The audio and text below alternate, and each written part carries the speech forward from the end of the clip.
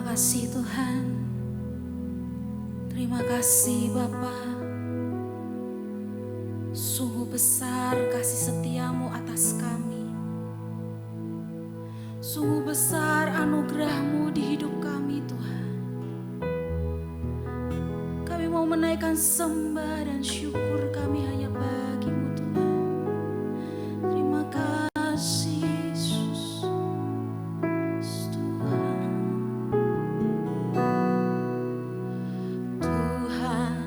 Kau sungguh besar, karyamu sungguh ajaib, tiada hentinya ku mengagumi, sungguh kau ajaib.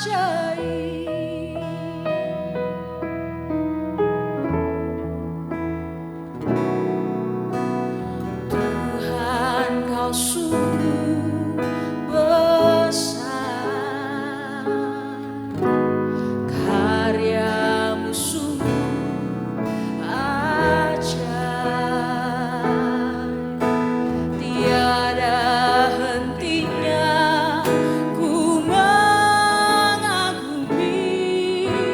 sungguh kau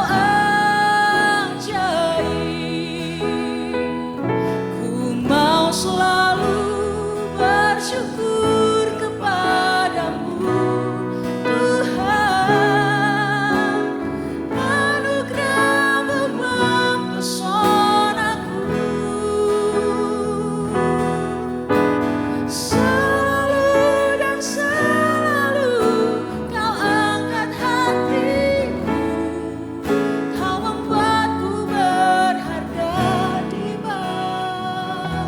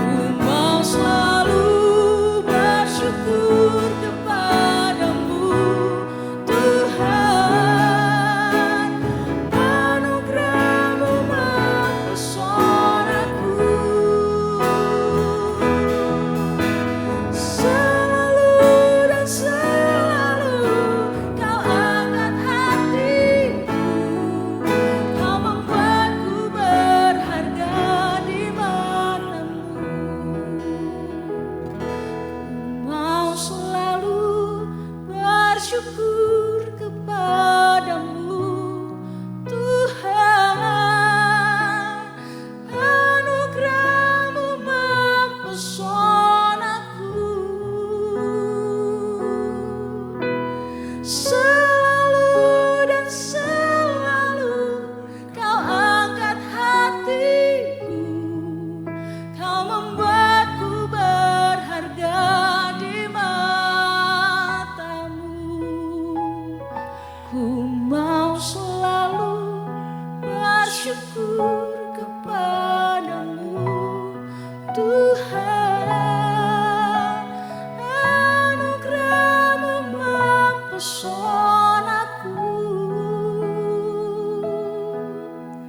selalu dan selalu kau angkat hatiku, kau membuatku berharga.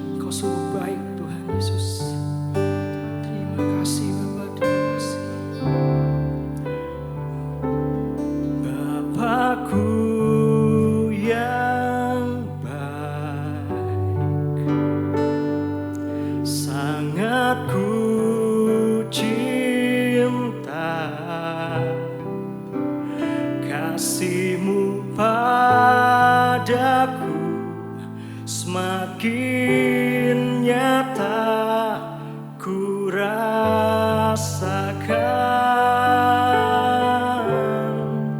Kaulah Bapa-Ku yang baik, penuh karunia. Ku bersyukur selalu kepadamu Bapa.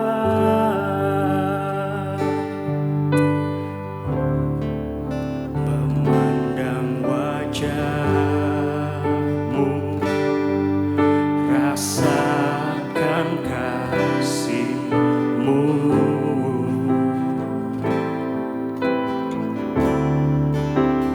tinggal dekat-Mu tiap saat di dalam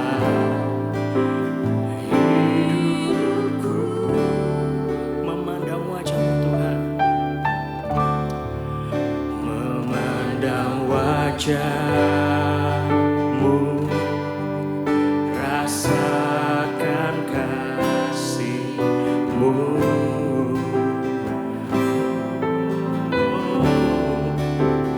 tinggal dekat-Mu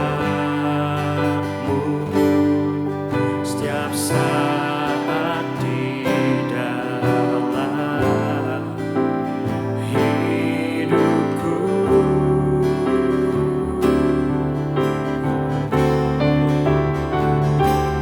Bapa-Ku yang baik, sangat ku cinta.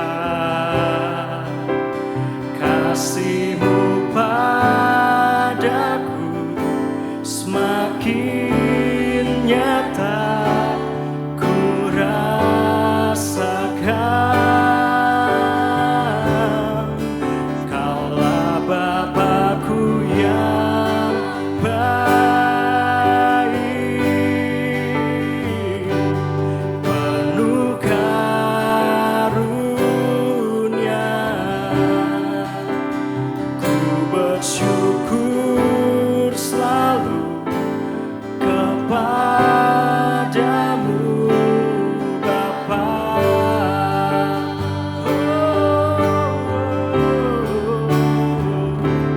Bapa-Ku yang baik, sangat ku cinta.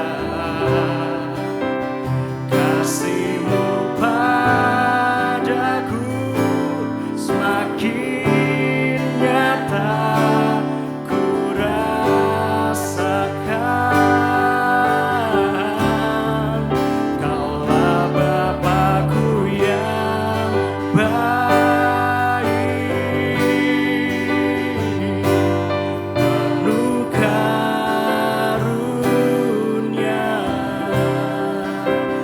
Ku bersyukur selalu kepadamu Bapa.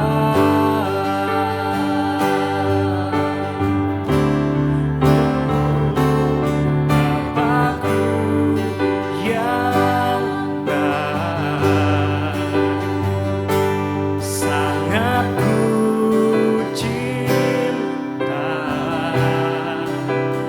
Kasih-Mu padaku semakin nyata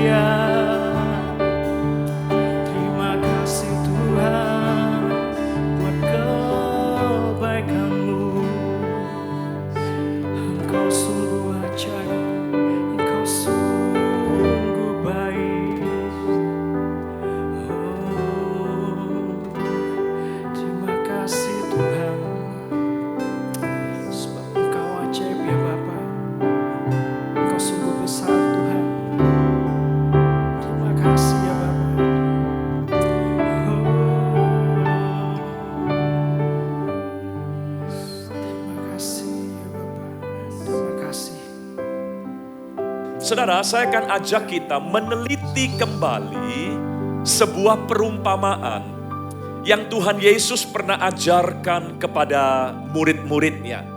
Karena saya melihat ada sedikit misleading dari banyak kita orang Kristen terhadap perumpamaan ini. Ya, nggak banyak sih misleadingnya, tapi sedikit saja. Dan itu justru membuat kita miss akan sesuatu yang penting yang Tuhan maksudkan lewat pengajaran ini. Ya, tentu kita semua sudah tahu bagaimana Yesus pernah berkhotbah dan memberikan perumpamaan tentang seorang penabur.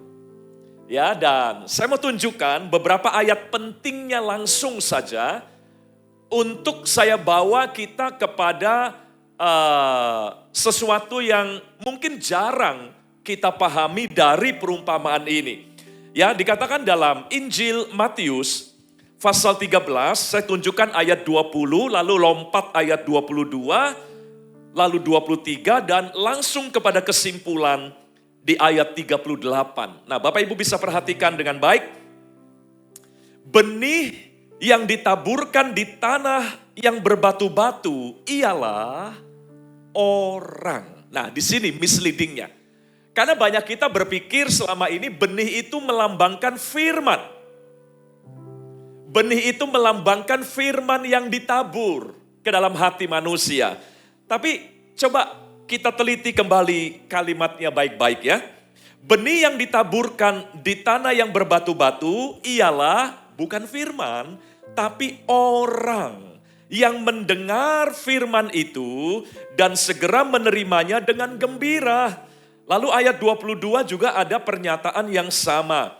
Yang ditaburkan di tengah semak duri ialah orang yang mendengar firman itu, lalu kekhawatiran dunia ini dan tipu daya kekayaan menghimpit firman itu sehingga tidak berbuah. Ayat 23 bagian A, dia yang ditaburkan di tanah yang baik ialah orang yang mendengar firman itu dan mengerti, dan karena itu ia berbuah. Kesimpulannya ditutup di ayat 38. Ladang ialah dunia, benih yang baik itu, siapa saudaraku? Anak-anak kerajaan, orang-orang, individu-individu dalam kerajaan Allah. Dan lalang adalah anak-anak si jahat. Nah, jadi mari kita coba cari tahu ya, kenapa Tuhan menggambarkan orang-orang percaya sebagai benih yang baik. Jadi setiap kita yang telah berjumpa dengan firman Tuhan, setiap kita yang sudah diubahkan oleh firman yang datang dari Allah sendiri, maka kita diumpamakan seperti benih yang baik. Lalu kita bertanya, kenapa Tuhan menggambarkan kita seperti benih? Bukankah benih kecil, Pak? Apakah kita lalu dianggap sesuatu yang kecil? Karena Tuhan menggambarkan kita seperti benih. Benih juga sesuatu yang murah kan? Benih bukan barang mewah. Benih bukan seperti permata yang kecil tapi bernilai mahal begitu ya. Apakah kalau begitu di mata Tuhan kita nggak berharga? Karena size kita kecil? Karena nilai kita, benih itu benda yang bernilai umum, ya, bernilai biasa saja. Tidak ada nilai mewahnya, tidak ada nilai keindahannya, prestisenya. Kenapa kok Tuhan gambarkan kita, orang-orang yang telah berjumpa dengan firman-Nya, digambarkan sebagai benih? Nah, justru disinilah ada maksud Tuhan yang indah untuk kita. Memang benih bukan barang mewah. Ya. Benih bukan barang yang size-nya mengagumkan ukurannya. Tetapi yang hebat dari sebuah benih adalah di balik ukurannya yang kecil, di balik mungkin nilainya yang biasa saja, di dalam benih itu ada potensi kehidupan. Ini yang gak dimiliki oleh benda-benda lain. Ini yang gak dimiliki oleh objek-objek lain.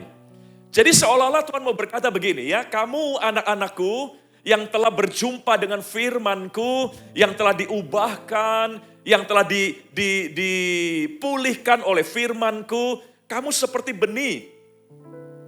Yang hebat dalam diri kita bukan size kita. Yang hebat dalam diri kita bukan penampilan kita. Benih, apanya yang menarik, penampilannya gitu-gitu saja. Tapi yang hebat dalam dirimu sebagai anak-anakku yang sudah berjumpa dengan firman-Ku adalah apa yang ada di dalam dirimu. Yaitu firman yang sudah masuk dalam dirimu, itulah potensi kehidupan yang ada dalam diri setiap orang percaya. Jadi kita nggak bisa bangga dengan ukuran-ukuran fisik kita. Kita nggak bisa bermegah dengan penampilan-penampilan kita. Kita hanya benih. Benih nggak bisa banggakan ukurannya. Benih nggak bisa banggakan penampilannya. Tapi yang hebat dalam sebuah benih adalah apa yang ada di dalamnya. Sebuah potensi pertumbuhan. Yang hebat dalam diri kita adalah Anda dan saya pribadi yang bisa berubah. Itulah potensi kita di dalam. Yang hebat dalam diri saudara dan saya adalah sesuatu yang bisa tumbuh, muncul, menghasilkan buah yang bermanfaat bagi orang lain. Itulah maksudnya Tuhan berkata orang yang berjumpa dengan firman-Ku itu seperti sebuah benih. Jadi we are like a seed. Ya, kita digambarkan seperti benih. Makanya kita sekali lagi ya, nggak perlu sombong penampilan. Kita nggak ada hebatnya lah penampilan kita.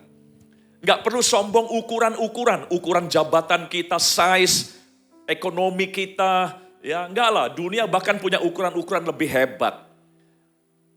Tapi mari andalkan, banggakan sesuatu yang Tuhan sudah tanam dalam diri kita.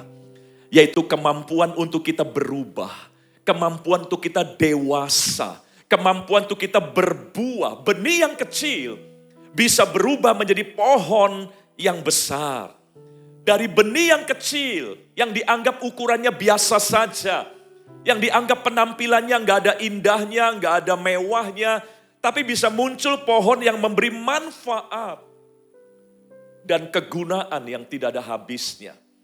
Nah, kita sebagai orang percaya harus menyadari yang hebat dalam diri kita itu yang ada di dalam. Ya, makanya jangan menyerah dengan situasi dan keadaan yang kita hadapi hari ini. Mungkin kita dianggap kecil hari ini, jangan marah. Kita dianggap, kamu penampilanmu biasa saja. Kita seperti benih. Ya, satu saat memang benih itu kelihatannya kecil. Di satu saat benih itu kelihatannya nggak ada istimewanya. Dan mungkin saudara dan saya ada di titik itu saat ini. Di mata orang kita biasa saja, bahkan tidak memberi pengharapan apa-apa. Di mata orang kita dianggap masih sesuatu yang kecil. Tapi kita nggak boleh menyerah dengan keadaan kita saat itu. Dari benih yang kecil sekali lagi, bisa muncul pohon yang besar. Percayalah kita bisa berubah. Ya, saudaraku, kalau hari ini kita dianggap kecil, bukan berarti kita akan kecil seterusnya. Kalau hari ini kita dianggap biasa saja, bukan berarti selamanya kita akan biasa saja. You are like a seed. Hari ini kecil, besok pohon yang besar. Hari ini biasa, besok pohon yang berguna. Hari ini saudara mungkin dianggap nggak berguna, tapi firman Tuhan bisa mengubah hidup kita menjadi sesuatu yang berguna. Benih itu benda hidup, artinya dinamis. Punya potensi perubahan. Saudara dan saya, kita semua punya kesempatan untuk berubah. Di dalam Tuhan, kita semua adalah orang-orang yang selalu punya kesempatan untuk menjadi lebih baik, lebih besar, lebih berguna, dan lebih indah lagi. Makanya kalau kita lihat anak-anak kita kok gini-gini aja ya, berdoa. Mereka benih di tangan Tuhan. Jangan putus asa. Apa yang dianggap gak berguna, siapa tahu Tuhan bisa rubah menjadi sesuatu yang berguna. Ya, suami kita, istri kita, karena kita benda hidup. Semua kita itu adalah benih, benda hidup. Beda dengan benda mati. Kursi yang kita duduki, itu benda mati. Sekalipun tiap hari Minggu menikmati hadirat Tuhan yang sama ketika kita memuji menyembah Tuhan. Kursi yang kita duduki tiap hari Minggu mendengar khotbah yang sama, tapi nggak berubah. Malah semakin rusak, semakin usang. Karena didudukin kita. Kalau benda mati, itu nggak berubah. Mau ada di gereja, mau terus menikmati hadirat Tuhan, nggak akan berubah. Karena dia benda mati. Nah Tuhan mau berkata, you are like a seed. Kita adalah benda hidup. Kita adalah objek hidup. Ya, jadi kalau hari ini kita belum jadi besar, bukan berarti kita akan kecil selamanya. Mari izinkan tangan Tuhan membentuk hidup kita. Izinkan Tuhan memperlakukan kita seperti benihnya, di mana Dia bisa membuat benih yang kecil itu berubah menjadi pohon yang berguna. Satu hari, seorang seniman dunia, namanya Michelangelo. Dia berjalan di sebuah jalan raya di kota Florence. Ya, lalu dia tertarik melihat seonggok batu yang ada di tempat pembuangan sampah. Dan batu itu sudah tertumpuk oleh sampah yang ada. Dan bahkan batu itu mungkin sudah dianggap sampah juga. Makanya diletakkan di tempat sampah seperti itu. Lalu Michelangelo bertanya pada orang-orang yang ada di sekitar lokasi itu, ini batu punya siapa ya?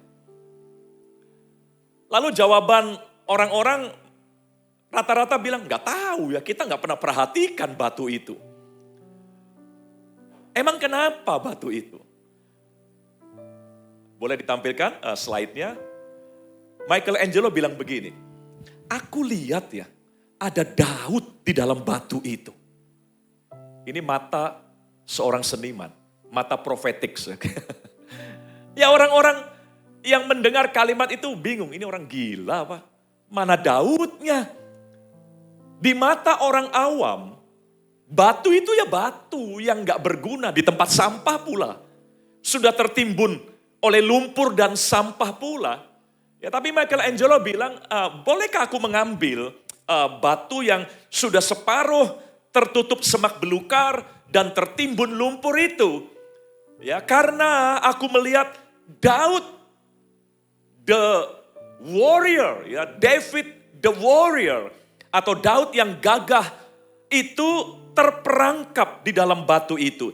Dan aku akan menyingkirkan semua yang bukan Daud dari batu itu.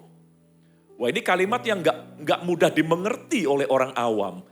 Lalu orang-orang di sekitar gitu gak mau berdebat, udah kalau mau ambil aja. Ya, karena omongannya gak bisa dicerna dengan akal sehat mereka. Singkat cerita, beberapa hari kemudian dia utus beberapa orang untuk mengangkut batu itu ke studio seninya. Dan Michelangelo adalah seniman pahat. Ya, ada banyak patung, dekorasi-dekorasi yang lahir dari tangannya. Dan akhirnya dari batu yang dianggap sampah, batu yang sudah dilupakan orang, batu yang dianggap tidak ada gunanya lagi, maka di tangan seorang ahlinya, batu itu justru melahirkan sebuah karya seni dan salah satu masterpiece dari Michelangelo, yaitu The David Statue of Michelangelo, yang sampai hari ini masih ada di museum kota Florence, Italia.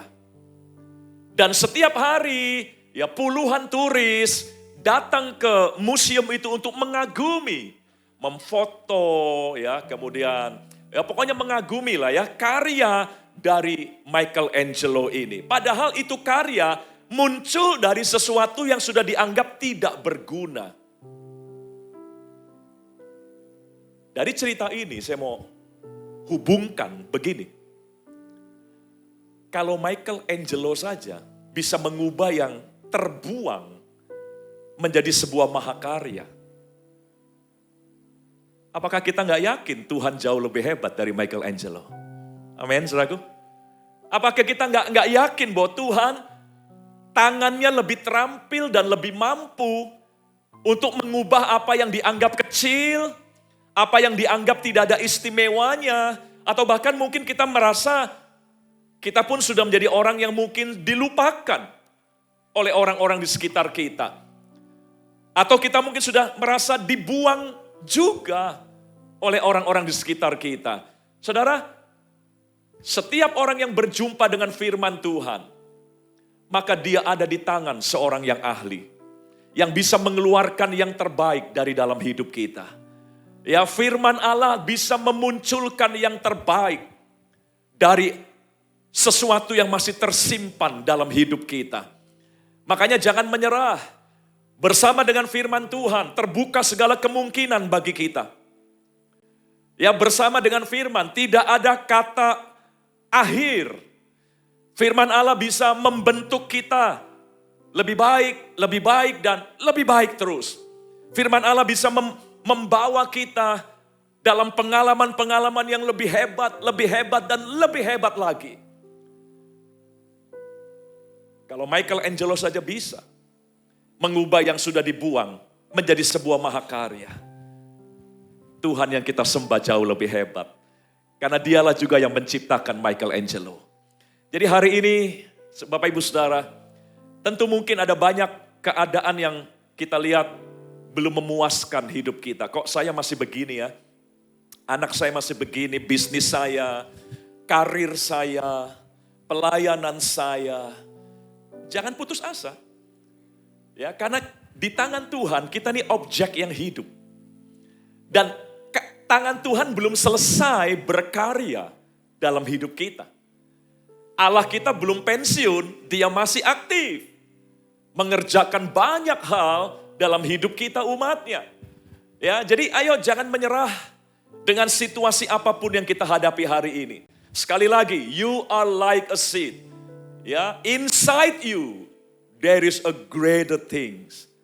Di dalam dirimu ada hal-hal yang lebih besar daripada yang kau bisa bayangkan. Dan Tuhan sanggup keluarkan itu. Tuhan sanggup munculkan itu. Untuk terlihat pada akhirnya. Nah, saudaraku, Rasul Paulus, kembali ke Alkitab. Ya, Rasul Paulus pernah mengajak sebuah jemaat yang dia sempat rintis begitu ya, untuk bernostalgia. Dan dia mau bersaksi kepada kita. Lewat tulisannya dalam 1 Korintus pasal yang pertama, ayat 26 sampai ayat 29. Nah, saudaraku, dengarkan kesaksian Paulus.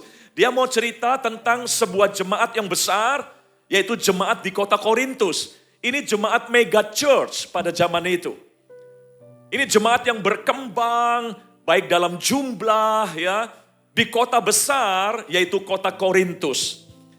Nah, Paulus mengajak mereka untuk bernostalgia.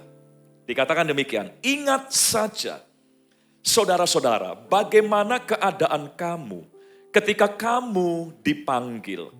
Menurut ukuran manusia, tidak banyak orang yang bijak, tidak banyak orang yang berpengaruh, tidak banyak orang yang terpandang. Jadi Paulus mengingatkan, kalian dulu dianggap bukan komunitas orang yang bijak, bukan kelompok orang-orang yang berpengaruh, ya, dan bukan kelompok orang-orang yang terpandang. Ayat 27, tetapi apa yang bodoh. Jadi kamu tuh dulu dianggap bodoh, tetapi yang bodoh bagi dunia dipilih Allah untuk memalukan orang-orang yang berhikmat. Dan apa yang lemah, kalian ini dianggap komunitas orang lemah. Jadi kalau kita juga dianggap seperti itu, ya jangan marah. Karena yang lemah gak selamanya lemah. Ya, saudara yang dianggap lemah, percayalah, di dalam rencana Tuhan, kita gak akan selamanya lemah, begitu ya.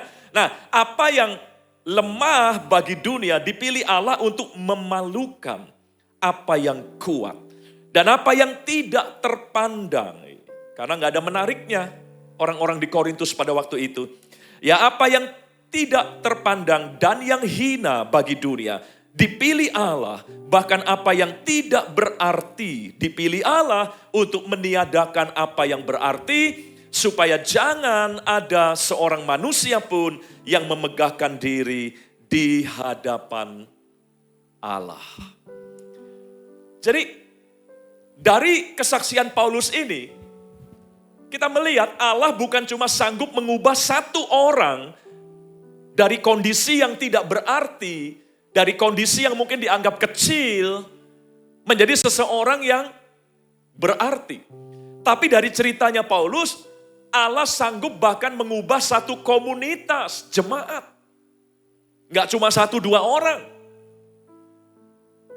Sekelompok orang yang dianggap orang-orang bodoh, orang-orang lemah, orang-orang yang tidak punya daya tarik untuk dipandang, akhirnya menjadi satu komunitas, congregation yang begitu berpengaruh di kota Korintus. Nah, Paulus ingatkan, hidupmu berubah kan? Paulus ingatkan, Tuhan sanggup rubah kalian kan? Makanya jangan putus asa. Dari cerita ini Paulus ingin berkata, makanya jangan menyerah. Kalau memang mungkin kita dianggap lemah, dianggap nggak ada hebatnya, nggak ada menariknya, kita dianggap bodoh, bahkan memang nggak enak mendapat julukan seperti itu. Tetapi jangan putus asa. Ya, Tuhan sanggup mengubah apa yang dianggap bodoh, lemah, tak terpandang, menjadi satu jemaat yang akhirnya memberi dampak yang luar biasa. Dan kita menyembah Allah yang sama. Yang kita sembah malam hari ini adalah Allah yang bisa mengubah sebuah jemaat di kota Korintus. Yang kita banggakan hari ini lewat pujian penyembahan kita adalah Allah yang sama. Yang mengubah sebuah benih menjadi sebuah pohon yang indah, besar, dan memberikan manfaat bagi banyak orang. Dan benih itu adalah hidup saudara dan saya. Ya, Bapak Ibu Saudara, jadi lihatlah keadaanmu tidak dengan putus asa hari ini. Lihatlah situasimu tidak dengan hopeless. Tapi lihatlah hidupmu ada di tangan seseorang yang bisa mengeluarkan apa yang terbaik yang masih tersimpan dalam diri kita. Nah, kalau memang kita sudah setuju, oke, ya, kabar baik ini saya percaya, we are like a seed. Saya seperti benih. Saya punya segala kemungkinan untuk berubah. Setiap kita punya segala kemungkinan untuk jadi orang yang lebih baik. Setiap kita punya segala kemungkinan untuk jadi orang yang lebih diberkati. Menjadi orang yang lebih berguna. Setiap kita punya segala kemungkinan untuk ke arah sana. Saya terima, saya percaya kita seperti benih. Nah, izinkan saya masuk ke poin yang agak gak enaknya, saudaraku ya. Next. Kalau memang kita sudah yakin bahwa kita adalah benih di tangan Tuhan, maka kita harus izinkan Allah memperlakukan kita dengan cara yang paling tepat terhadap sebuah benih. Benih gak mungkin digenggam terus kan? Itu bukan cara yang tepat untuk memperlakukan sebuah benih. Nggak ada orang yang saking sayangnya sama benih, lalu ditoplesin, dibungkus rapat-rapat, dilaminating, begitu ya. Lalu dibangga-banggain. Itu adalah cara yang salah dalam memperlakukan benih. Kalau seorang pemilik benih benar-benar sayang dan menghargai benihnya, maka dia harus rela melepaskan benih itu, membiarkan benihnya jatuh, tertimbun dalam tanah. Karena itulah cara terbaik untuk memperlakukan benih yang berharga itu. Nah, kita tadi bersyukur, ya kita seperti benih. Dan dari sisi kesempatan untuk kita berubah, kita bangga. Karena Allah menyatakan kita seperti benih. Tapi sekarang kita masuk konsekuensinya. Karena kita adalah benih di tangan Allah, Allah akan izinkan kita jatuh. Saudara mungkin harus merasakan satu momen di mana kelihatannya kok Tuhan gak genggam saya lagi ya. Kalau dulu rasanya Tuhan jaga saya, tapi kali ini kok kayaknya Tuhan lost. Kayaknya segala sesuatu terjadi ya begitu saja, kok nggak ada perlindungan Tuhan. Itulah momen yang nggak enak. Tapi percayalah, itu memang fase yang memang harus dilewati. Di mana Tuhan harus melepaskan kita sebagai benih, lalu membiarkan kita sepertinya dijatuhkan ke bawah. Bahkan kemudian lebih jauh dari itu, udah gak enak, diizinkan jatuh, lalu kita dibiarkan tertimbun dalam kegelapan. Itulah proses di mana benih itu ditanam. Benih itu bukan objek untuk dikoleksi, tapi benih adalah objek untuk ditanam. Kalau kita sudah sepakat bahwa dan menerima, oke, kita terima, kita benih di tangan Tuhan. Maka kita harus izinkan Tuhan menanam kita. Karena hanya dengan cara seperti itu, yang hebat dalam benih itu akan keluar, akan muncul. Tapi kalau benihnya hanya dikekep terus ya, dilaminating, ditoplesin, dijagain, maka yang hebat dalam benih itu nggak akan bisa keluar. Nah, terus terang ini fase di mana kita sering gagal paham dengan Tuhan. Kita seolah-olah merasa kok Tuhan gak sayang saya lagi ya. Tuhan kok gak lindungi saya lagi ya. Tuhan kok biarkan saya jatuh. Tuhan kok sepertinya gak berbuat apa-apa. Bahkan mengizinkan kegelapan ya menguasai hidup saya. Dan bahkan dalam kegelapan itu kita kena pressure. Kita pecah, diizinkan pecah. Itu fase yang gak enak. Tapi justru itu fase yang benar. Ingat ya, dalam Mazmur Daud. Tentang Tuhan gembala yang baik. Mazmur 23. Seringkali kita hanya suka 2 ayat pertamanya saja. Tuhan adalah gembalaku, takkan kekurangan aku. Ia membaringkan aku di padang rumput yang hijau.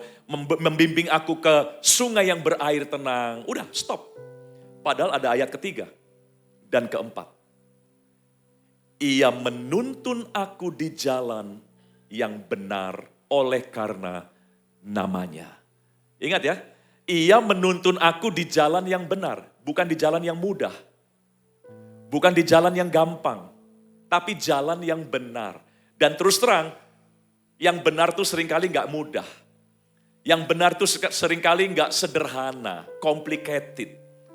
Tapi sebagai gembala dia akan tuntun domba-dombanya bukan di jalan yang mudah, tapi di jalan yang benar. Nah, jalan yang benar itu apa? Ayat 4-nya, sekalipun aku berjalan dalam lembah kekelaman, itu jalan yang benar. Lembah kekelaman, itu rute yang menakutkan bagi para domba. Tapi Daud siap, sebagai domba Daud siap. Sekalipun aku berjalan, di lembah kekelaman aku tidak takut bahaya. Karena Daud tahu lembah kekelaman itu seringkali bahkan menjadi jalan yang benar. Untuk domba dibawa ke padang rumput yang hijau dan sungai yang berair tenang. Tempat-tempat yang indah itu biasanya aksesnya nggak mudah. Ya, kalau kami di Bandung biasanya orang kalau mau healing begitu ya harus ke Lembang. Karena dapat udara yang lebih segar, pemandangan yang lebih natural gitu ya. Tapi untuk ke Lembang, ya harus siap bermacet ria. Atau orang Jakarta mau refreshing ke puncak, ya harus siap macet. Ya saudaraku, itu sudah hukum yang alamiah kan. Untuk sampai ke tempat-tempat yang indah, yang eksotis, maka kita selalu harus siap melewati akses yang gak gampang. Dan banyak orang berani bayar harga. Dan mereka udah siap lah. Ya, karena mereka tahu ya memang begitu hukumnya. Nah demikian pula domba. Jangan cuma hanya ingin padang rumput yang hijau, sungai yang berair tenang. Tapi waktu dipimpin melewati akses yang gak mudah, kita berontak sama Tuhan. Yang gak akan sampai ke padang rumput yang hijau. Nah benih juga sama. Kita bersuka cita tadi kan. Ketika kita melihat kebenaran bahwa kita seperti benih, ada yang hebat dalam diri kita, yang Tuhan akan keluarkan. Tuhan bisa ubah hidup kita. Tuhan pasti beri kesempatan untuk kita berubah. Ya, itu kabar baik buat kita. Tapi kabar buruknya, konsekuensinya nggak bisa kita hindari. Kalau kita terima kebenaran itu, maka kita harus menerima perlakuan yang paling tepat.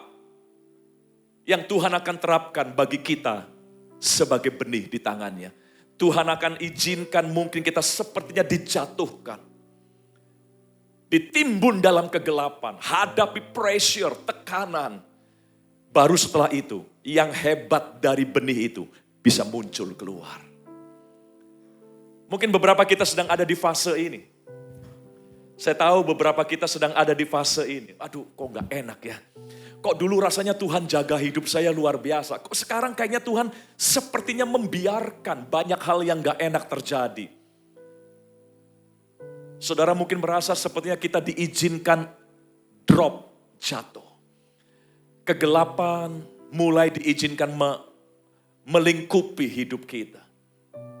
Selama itu bukan karena dosa dan salah kita.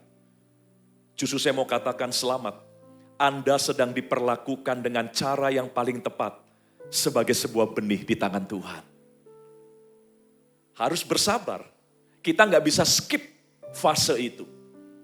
Ya, nggak ada jalan pintas untuk menghindari fase itu. Ya, yang saya mau katakan, engkau sedang ditanam, bukan dikubur untuk dilupakan.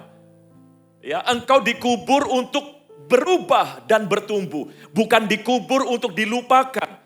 Yohanes 12 ayat 24, aku berkata kepadamu sesungguhnya jikalau biji gandum tidak jatuh, nah jatuh kan gak enak, tapi kalau biji gandum tidak jatuh ke dalam tanah dan mati, ia tetap satu biji saja, tapi jika ia mati ia akan menghasilkan banyak buah. Ini sudah hukum alam yang tidak bisa kita hindari. Nah, ketika kita ada di fase ini, seperti benih yang mulai dijatuhkan dan tertimbun dalam tanah, yang harus dilakukan oleh benih itu adalah berakar. Be rooted, not rotten. Rotten itu membusuk. Nah, celakanya kita waktu fase ini kita alami, kita membusuk. Membusuk dalam kepahitan. Membusuk dalam kekecewaan kepada Tuhan. Makanya Tuhan mau sampaikan kebenaran ini supaya kita tidak lagi seperti itu. Memang ini fase yang berat, fase yang tidak menyenangkan. Dan selama mungkin kita harus menjalani fase ini, berakarlah di dalam Tuhan. Berakar artinya udah pegang Tuhan lebih kuat lagi. Cengkram, tugas akar adalah mencengkram. Tugas akar adalah menghisap. Saat situasi gak enak, saat kita sedang ditanam dengan proses yang gak menyenangkan, mari belajar percaya, genggam Tuhan. Ya, percaya lebih lagi kepada Tuhan dan menghisap dari Dia. Kita belajar banyak dari Dia di momen-momen yang gelap ini. Ini hanya bagian dari fase perjalanan kita. Ini bukan akhir. Ya, lembah kekelaman bukan tujuan akhir bagi domba-domba gembalaan Tuhan. Lembah kekelaman hanya akses menuju padang rumput yang hijau dan sungai yang berair tenang. Jadi kalau kita sedang ada di lembah kekelaman, kita sedang ada di fase yang gelap. Congratulations, Anda sedang menuju sesuatu yang baik bersama dengan Tuhan. Ya, itu akses yang benar.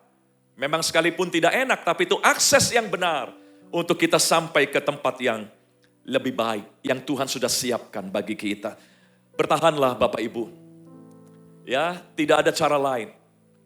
Disitulah kita harus belajar percaya pada Tuhan. Satu hari ada seorang arkeolog berkebangsaan Inggris. Dia mendapat dana untuk mengadakan penggalian situs purbakala di Mesir. Karena dicurigai ada makam kuno yang mungkin punya nilai sejarah yang penting begitu ya. Ini udah lama ya, ini cerita lama nih. Lalu sang arkeolog datang dan mengadakan penggalian dan betul dia menemukan pemakaman kuno di tempat penggalian itu. Dan dia menemukan satu peti mati yang besar dari emas murni. Ya berarti ini peti mati orang hebat pada zaman itu gitu ya. Mungkin Firaun, salah satu Firaun juga. Karena peti matinya dari emas. Nah singkat cerita, dia buka peti itu. Dan betul ada mumi yang masih cukup awet. Kerusakannya diperkirakan hanya 35% kerusakannya. Jadi 65% dianggap masih utuh muminya. Lalu yang menarik, di dada mumi itu ada bangkai setangkai bunga. Udah jadi bangkai ya, tapi karena dia ada di peti mati yang kedap, jadi bangkainya ya jatuh di tempat di mana dia diletakkan. Jadi bangkainya masih membentuk pola bunga begitu ya, dengan tangkainya. Tapi udah jadi bangkai. Nah, karena bagi para arkeolog, apapun yang ditemukan itu dianggap berharga, maka itu disimpan. Bangkai-bangkai bunga itu disimpan dan ternyata ada biji-bijinya juga yang rontok di dada mumi tersebut. Ya, bijinya pun diambil. Nah, singkat cerita dia selesai bertahun-tahun di Mesir, dia pulang ke Inggris dan kemudian ketika dia membuat jurnal dan sebagainya, dia ingat salah satu oleh-oleh dari Mesir itu biji dari sebuah bunga yang tentu bunga purba. Karena bunga itu kan ada di zaman Firaun itu. Jadi dia penasaran ini bunga apa ya? Lalu dia mulai semai kembali. Nah jadi ya bukan karena ini biji bunga purba lalu dia toplesin terus ya. Dia bangga-banggain dalam toplesnya. Enggak. Seorang ilmuwan tentu rasa penasarannya begitu tinggi ya. Karena dia sayang dan bangga dengan penemuan itu, dia enggak perlakukan dengan cara yang salah. Justru dia semai. Dia coba tanam kembali beberapa biji purba itu. Dan beberapa masih hidup. Enggak semua. Ya mulai muncul bunga-bunga, tangkai, kemudian ada bunga yang indah. Next, bunganya seperti ini, saudaraku ya. Nah, ibu-ibu ada yang tahu bunga apa nih? Bapak-bapak saya nggak perlu tanya, pasti nggak tahu. Bunga dahlia, ya, the red dahlia. Saya nggak tahu yang muncul tuh dahlia warna apa di cerita itu. Tapi ini salah satu contoh saja. Inilah bunga dari jenis yang sama gitu ya. The red dahlia, ada the black, ada the white dan sebagainya. Nah, ternyata kok dia kagum. Loh, kok indah ya? Bunganya indah. Nah, zaman dulu kan belum ada media sosial, internet. Jadi dia cari di ensiklopedi, ini bunga apa? Siapa tahu sudah ditemukan sama ilmuwan lain begitu ya. Dia cari di ensiklopedi, dia ke perpustakaan, dia bawa fotonya, dia samakan apakah sudah ada yang menemukan varietas bunga itu. Dan juga dia tanya ke beberapa ilmuwan lain yang mengerti botanical, ya, dia tanya, dia tunjukkan fotonya. Akhirnya tidak ada referensi apapun mengenai tanaman ini. Ya, baik dari perpustakaan, ensiklopedi maupun dari para ahli yang dia anggap lebih mengerti tentang tanam-tanaman begitu ya. Tidak ada referensi apapun. Artinya berarti ini belum ditemukan oleh siapapun pada waktu itu. Lalu teman-teman para ahlinya bilang, wah kalau gitu kamu penemunya. Udah kasih nama aja, terserah kamu mau dinamain apa ini varietasnya. Nah si arkeolog Inggris ini, dia tuh berkebangsaan Swedia. Jadi dia ada darah Swedianya. Ya, dan dia punya marga Dahl. D-A-H-L ya. Dahl, Mr. Dahl begitu ya. Nah lalu dia namakan ya dengan nama dia. Begitu. Makanya kita kenal dengan dahlia. Bahasa Inggrisnya juga dahlia. Itulah ceritanya. Nah yang saya mau hubungkan dengan khotbah saya adalah, lihat benih ini. Ini benih purba yang sudah ribuan tahun dianggap mati. Ribuan tahun dilupakan orang. Ribuan tahun ada pada dada seorang mayat. Pada dada mayat, bukan seorang ya. Pada dada mayat, ya, ribuan tahun dalam kegelapan. Tapi lihat, benih yang namanya benih tidak pernah kehilangan potensinya. Sekalipun sudah lama dalam kegelapan, sudah lama dilupakan orang, sudah lama dianggap mati bahkan. Tapi kalau benih itu diperlakukan dengan cara yang tepat, potensinya hidup kembali. Saudara mungkin sudah terlalu lama merasa kok hidup saya gini-gini saja ya. Di dalam Tuhan, potensimu tidak pernah hilang. Kesempatanmu tidak pernah hilang. Peluangmu tidak pernah hilang. Ya, benih yang ada di dada mayat saja terbukti potensinya nggak hilang. Kita adalah benih yang ada bukan di tangan mayat. Kita adalah benih yang ada di tangan Sang Pencipta kita. Makanya saya ajak kita tidak menyerah dengan keadaan. Mungkin keadaan kita belum seperti yang kita inginkan. Bentuk bisnis kita belum seperti yang kita inginkan. Bentuk keluarga kita kok belum seperti yang kita bayangkan. Jangan menyerah. Selama kita adalah orang-orang yang menjadi benih yang di tangan Tuhan, engkau tidak pernah kehilangan kesempatan. Ya, bersabarlah. Dan izinkan Tuhan memproses hidup kita. Proses itu gak enak, tapi kadang itulah jalan yang benar untuk kita sampai kepada sesuatu yang baik. Ya Tuhanku, aku hendak bernyanyi bagimu selama ku hidup. Ya Allahku, aku hendak bermazmur bagimu selagi ku ada. Inilah yang ku renungkan setiap waktu. Nyanyian puja dan pengagungan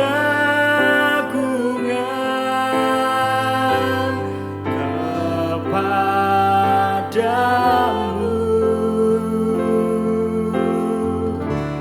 Biarlah manis kau dengar Tuhan, manis kau dengar Tuhan, dan hatiku bersuka karenamu.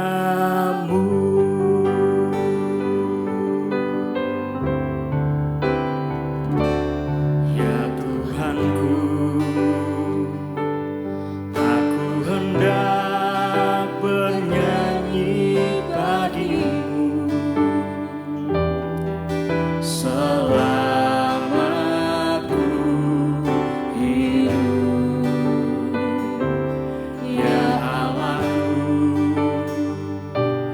aku hendak bermazmur bagimu selagi ku ada. Inilah yang ku renungkan setiap waktu. Nyanyian puja dan pengagungan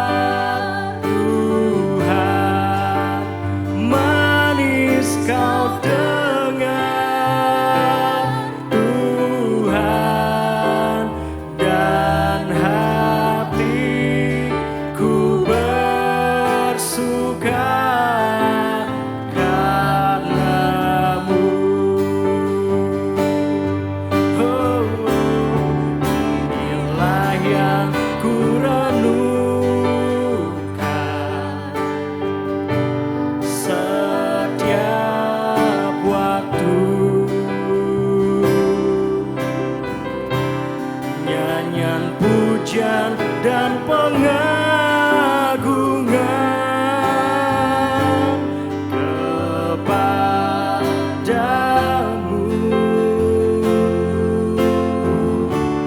Biarlah manis kau dengar Tuhan, manis kau dengar Tuhan, dan hatiku bersuka karenamu.